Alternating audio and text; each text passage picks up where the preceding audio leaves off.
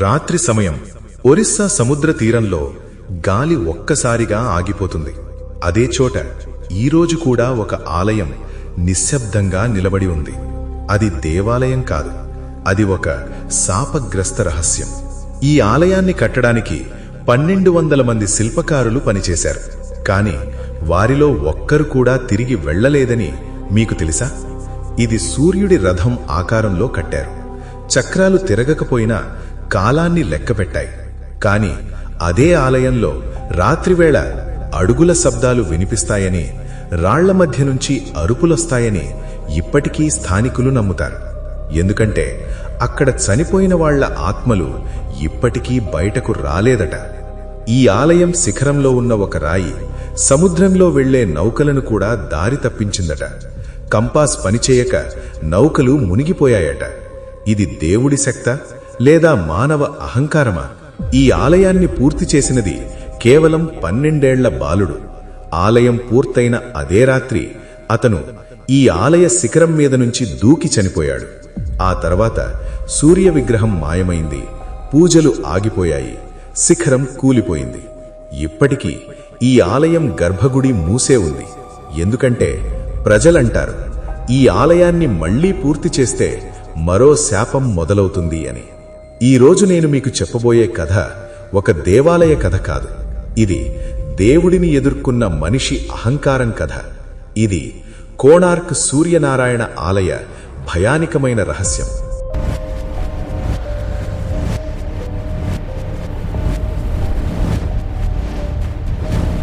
ఈ కథ మొదలవుతుంది ఒక కలతో. ఒరిస్సా తీరంలో సముద్ర అలలు రాళ్లను తాకుతూ గర్జిస్తున్న రాత్రి. అదే రాత్రి కళింగ సామ్రాజ్యానికి చెందిన మహారాజు నరసింహదేవుడు నిద్రలోకి జారుకున్నాడు.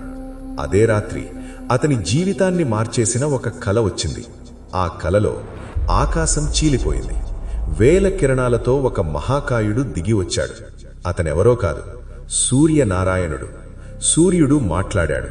రాజా, నేను రోజూ నీ భూమి మీదే తిరుగుతున్నాను, కాని నా కోసం ఒక్క ఆలయమైనా లేదు. నా రథాన్ని భూమిపై కట్టించు, కాలమే దానిని చూసి వణికాలి. రాజు చెమటలు కారుస్తూ లేచాడు. ఇది దేవుడి వరమా లేదా పరీక్ష లేదా ఒక శాపమా? అతను ఆలోచించలేదు, ఆదేశం ఇచ్చేశాడు. ఇది సాధారణ ఆలయం కాదు, ఇది సూర్యుడి రథం. ప్రపంచం ఆశ్చర్యపోవాలి అని. అప్పటి వరకు ఎవరూ ఊహించని డిజైన్ తీసుకొచ్చారు. ఆలయం మొత్తం ఒక రథం ఆకారంలో 12 జంటల భారీ చక్రాలు. ఒక్కో చక్రం వ్యాసం దాదాపు 10 అడుగులు. చక్రాలపై చెక్కిన శిల్పాలు కాలచక్రం, నీడపడితే సమయం చెప్పే సూర్య ఘడియారం.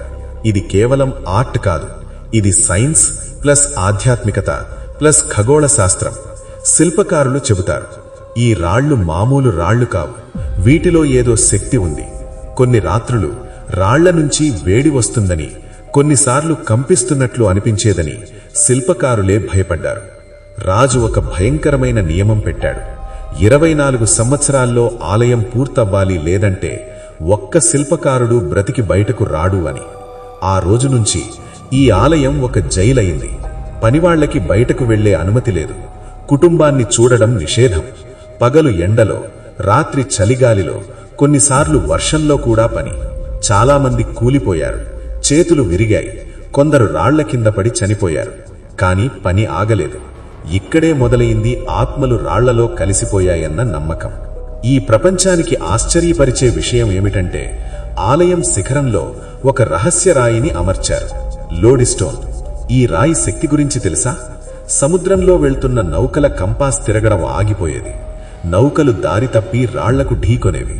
కొన్ని నౌకలు నేరుగా మునిగిపోయాయట. మత్స్యకారులు ఇప్పటికీ చెబుతారు, రాత్రివేళ కోణార్క్ ఆలయం దగ్గర నీళ్లలో వెలుగు కనిపిస్తుంది. అక్కడికి వెళ్లిన వాళ్లు తిరిగి రాలేదట. ఇది దేవుడి శక్తా లేదా మానవులు చేసిన ప్రమాదమో ఆ దేవుడికే తెలియాలి. 12 సంవత్సరాలు పూర్తయ్యాయి. ఆలయం దాదాపు పూర్తయింది. కాని చివరి రాయి, దాన్ని అమర్చే పద్ధతి ఎవరికీ తెలియదు. రాజు కోపం పెరుగుతోంది. శిల్పకారులు మరణాన్ని ఎదురుచూస్తున్నారు. అప్పుడు ముందుకొచ్చాడు ధర్మపాద. అతను శిల్పకారుడి కుమారుడు. వయసు కేవలం 12 ఏళ్లు. అతను రాయిని చూసి అన్నాడు, ఇది తప్పుగా పెడుతున్నారు, ఇలా పెట్టాలి. అందరూ షాక్. అతను రాయిని అమర్చాడు. ఆలయం పూర్తయింది. కాని అతనికి తెలుసు, రాజు శిల్పకారులను చంపేస్తాడు. అతను బ్రతికితే రహస్యం బయటపడుతుంది. అందుకే ఆ రాత్రే ఆలయ శిఖరంపైకి వెళ్లి కిందకి దూకి చనిపోయాడు. ఆ బాలుడి శరీరం పడిన శబ్దం ఈ రోజు కూడా ఆ రాళ్లలో ప్రతిధ్వనిస్తుంది అని అంటారు.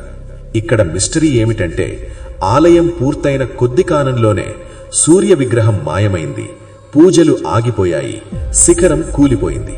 ప్రజలు భయపడ్డారు, ఇక్కడ దేవుడు ఉండకూడదనుకున్నాడు అని. రాత్రివేళ అడుగుల శబ్దాలు, ఎవరో ఏడుస్తున్నట్టు, శిల్పకారుల ఆత్మలు తిరుగుతున్నాయన్న నమ్మకం. ఇప్పటికీ గర్భగుడి మూసే ఉంది, ఎవరూ ఉండరు. శిఖరం మళ్లీ కట్టలేదు. ఒకే ఒక కారణం, ఈ ఆలయం మళ్లీ పూర్తి చేస్తే మరో శాపం మొదలవుతుంది అని. కోణార్క్ ఆలయం దేవుడి కోసం కట్టిన ఆలయం కాదు, మనిషి అహంకారం దేవుడిని పరీక్షించినప్పుడు ఏమవుతుందో చెప్పే హెచ్చరిక. ఈ టాపిక్ నచ్చినట్లయితే ఓం సూర్యనారాయణాయ నమః అని కామెంట్ చేయండి.